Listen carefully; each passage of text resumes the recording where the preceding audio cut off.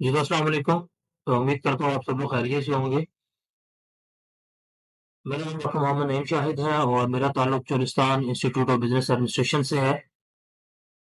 आज हम जिस टॉपिक पे बात करने जा रहे हैं वो है sustainability of the human resource management, जिसका मतलब है कि हम कैसे अपने एम्प्लॉयज़ की ज़िंदगी को बढ़ा सकते हैं, उनकी वर्किंग लाइफ को एक्सपेंड कर सकते हैं और कैसे हम जो है वो उनकी वर्किंग कैपेसिटी है उसको एनहांस कर सकते हैं। तो इस सब पे हम बात करेंगे। तो हमारे पास जो है वो आपको स्क्रीन पे नज़र आ रहा होगा। सबसे पहले हमें ये समझने की ज़रूरत है कि सस्टेनेबल ह्यूमन रिसोर्स मैनेजमेंट जो है, वो किस चीज़ से डील करती है और सस्टेनेबिलिटी क्या होती है? तो सस्टेनेबिलिटी जैसे आपको स्क्रीन पे नज़र आ रहा होता है आ रहा है, तो सस्टेनेबिलिटी का मतलब है कि कैसे हम अपनी वर्किंग लाइफ़ को बढ़ा सकते हैं, अपने एम्प्लॉइज़ को ज़्यादा से ज़्यादा जो है वो सस्टेनेबल बना सकते हैं। तो sustainability is actually all about a continuous process to enhance the working life of the employers. ठीक है? तो ये आपके सामने स्क्रीन पे अब नज़र आ रहे हैं, इसको हम कहते हैं सस्टेनेबल डेवलपमेंट गोल्स, जो कि टोटल 17 इन नंबर्स है और आज की जो है वो प्रेज़ेंटेशन में हम फ़ोकस करेंगे आज इसकी वीडियो में।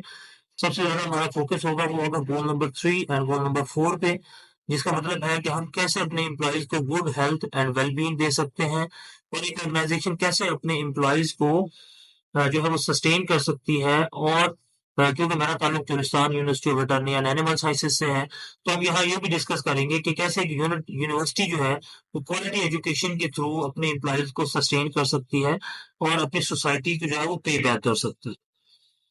तो टोटल स्टेक होल्डर जिसे हम ट्रिपल बॉटम लाइन मॉडल भी कहते हैं, उस पे हम बात करते हैं।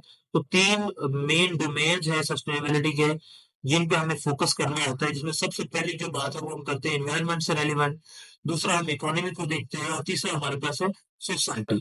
तो ये तीनों का जो कॉम्बिनेशन होता है, ये सस्टेनेबिलिटी को जन्म देता है, तो इसको हम ट्रिपल बॉटम लाइन मॉडल भी कहते हैं। तो जब हम बात करते हैं कि जी एम्प्लॉयज की जो है वो सस्टेनेबिलिटी की या सस्टेनेबल ह्यूमन रिसोर्स मैनेजमेंट की, तो हमें अलाइन करना पड़ता है। पीछे जो हमने डेफिनेशन की थी सस्टेनेबिलिटी की, कि sustainability is the continuous support process to enhance the working life of the employees.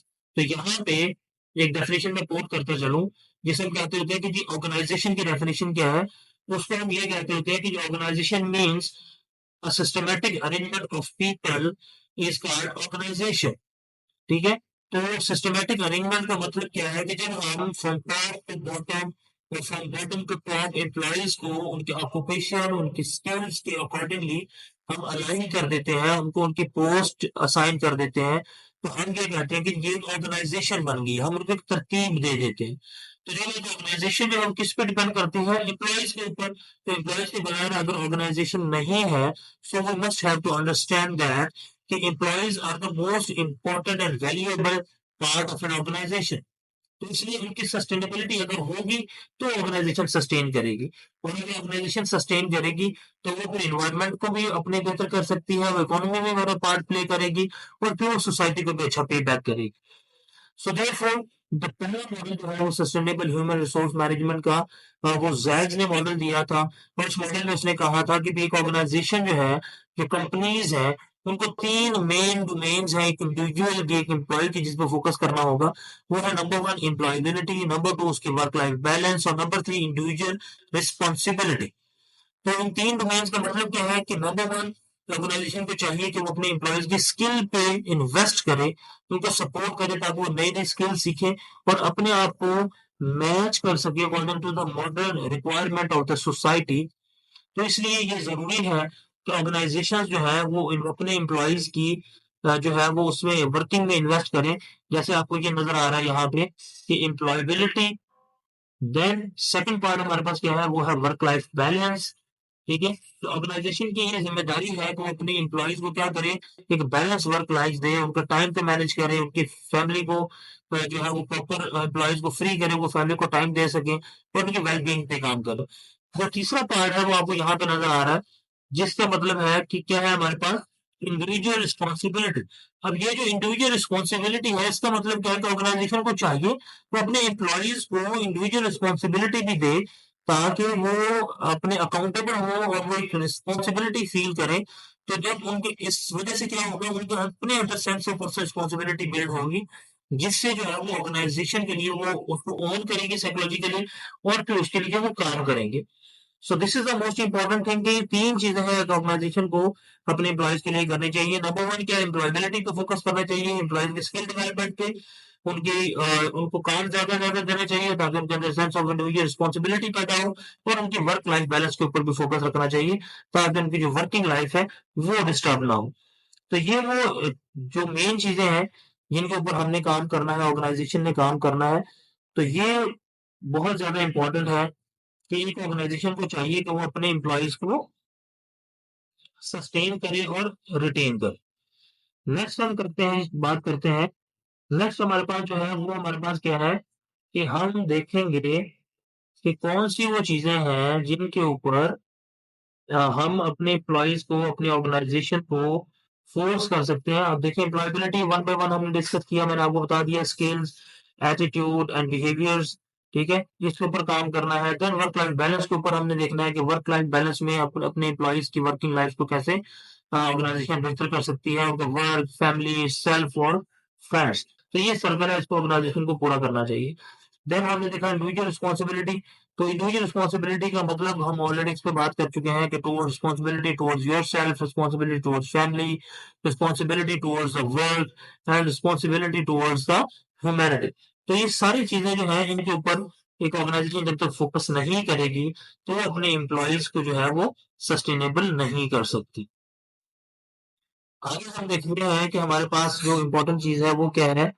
वो हमारे पास है कि sustainable HRM leads to the sustainable organization. इस पर हम पहले बात कर चुके हैं कि अगर ऑर्गेनाइजेशन सस्टेनेबल होगी तो क्योंकि ऑर्गेनाइजेशन बनी हुई एम्प्लॉयज के ऊपर होती है तो वही लीड कर सकती है अपने एम्प्लॉयज की जो है वो सस्टेनेबिलिटी जो है वो लीड करेगी organization sustainability. Let take the example कि हम क्योंकि मेरा ताल्लुक तुलिस्तान university of veterinary and animal sciences से है तो हम उसी की एग्जांपल लेते हैं। एक ऑर्गेनाइजेशन जो है वो कैसे तुलिस्तान यूनिवर्सिटी है वो कैसे सस्टेन करेगी अगर वो अपने एम्प्लॉयज को सस्टेन कर सकती है। So campus with a variety of sustainability initiatives often has number one क्या है जी, हेल्थ, हेल्थियर फूड अपने एम्प्लॉयज को प्रोवाइड करें, कम्युनिटी सर्विसेज अपॉर्चुनिटीज दें, और क्रिएटिव अप्रोच हो उसकी। ये एक कंपनी है, ठीक है, जिसके डिफरेंट मल्टीपल स्टेक होल्डर्स हैं, हम इस पे बात कर चुके हैं। सोसाइटी है, गवर्नमेंट है, क्रिएटर्स हैं, कस्टमर्स हैं, ओनर्स हैं, मैनेजर्स हैं, एम्प्लॉयज। 7 मेन थीम है जो कि हम कम्युनिटी एंगेजमेंट के लिए एक तुलिस्तान यूनिवर्सिटी अगर सस्टेनेबल होना चाहती है through the sustainability of the employees और ह्यूमन रिसोर्स, तो ये वो 7 मेन पिलर्स हैं जिन पे उसको काम करना होगा। नंबर 1 क्या है जी, टीचिंग एंड लर्निंग अपॉर्चुनिटीज होनी चाहिए, रिसर्च के ऊपर ओपन अपॉर्चुनिटीज होनी चाहिए, सर्विस एंड नॉलेज एक्सचेंज पे काम करना चाहिए, स्टूडेंट्स को जो है वो प्रैक्टिकल फील्ड एक्सपीरियंस प्रोवाइड करना चाहिए, पार्टनरशिप एंड ओपननेस होनी चाहिए, मैनेजमेंट पॉलिसीज एंड स्ट्रक्चर्स को रीडिजाइन करना चाहिए, और सपोर्टिव पीयर्स, ये बहुत ज्यादा इंपॉर्टेंट है कि आपके जो डिफरेंट डिपार्टमेंट्स हैं वो आपको सपोर्ट करें, ताकि उससे क्या हो कि एक जो डिपार्टमेंट है वो पीछे रह गया है तो बाकी सारे डिपार्टमेंट मिलकर कोशिश करें कि वो उस डिपार्टमेंट को आगे लेके आए। देन एक और इम्पोर्टेंट चीज है वो ओपन डोर पॉलिसी, कि तमाम जो डीन्स हैं वो प्राइवेट रिसर्च की तरफ नहीं जाना चाहिए। तमाम अगर किसी स्टूडेंट को भी मुश्किल आती है तो ओपन डोर पॉलिसी, या किसी एम्प्लॉयज को, किसी पीयर को आती है तो ओपन डोर पॉलिसी होनी चाहिए। Public private partnership of the forms, तो हमारे इलाके में जितने भी फॉर्म्स हैं उनके अंदर पब्लिक प्राइवेट पार्टनरशिप पे काम होना चाहिए।